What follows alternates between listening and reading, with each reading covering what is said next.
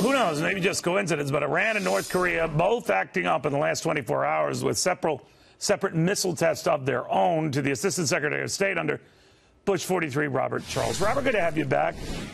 Coincidence? Thank you. Well, I think that we're operating in two different spheres with both of these countries, probably a bit of a coincidence or maybe just a copycat action. The bottom line is that this president is being judicious in the way that he interacts on the international stage, and in particular with Iran and with North Korea, as well as with China. I think in Iran they have to be especially careful right now. We have a dialogue going in North Korea, and I think behind the scenes that'll get better with time. There's a bit of an educational process going on there about giving up nuclear weapons and what happens for the better if they do that.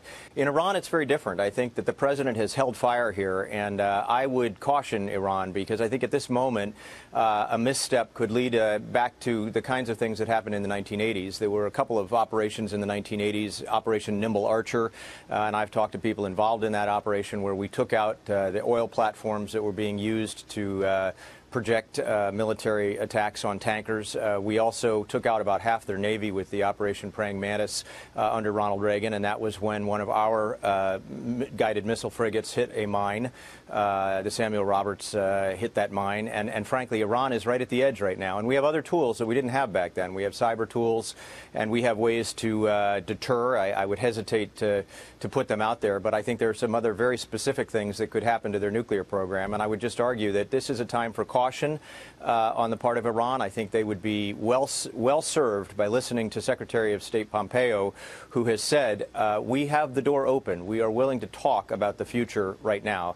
When it moves from talk, things change radically. You know, let's move to North Korea. And you worked under both President Bush Sr. and later George W. Yes. Bush. And normally in North Korea's case, they've done stuff like this to try to force the U.S. or others coming to the table. And that's how this is being interpreted by many, at least. And, Kim Jong-un could be up to, or North Korea in general could be up to. If that is the case, it's failed before, so what's to make them think it'll work this time? I think we have to look at this from 20 paces away. First of all, you have a very different leader today than you had under George Herbert Walker Bush. You have a young leader who, frankly, has a long future ahead of him if he makes the right choices. And I think part of our job here is to persuade him that the nuclear weapons approach, the idea of miniaturizing and trying to put them on ballistic missiles for long term, is a dead-end policy. At the end of the day, somewhere downstream, whether it's kinetic or cyber or somewhere, it leads to a preemptive act on our part, because we're not going to let a missile fly with a nuclear weapon on it.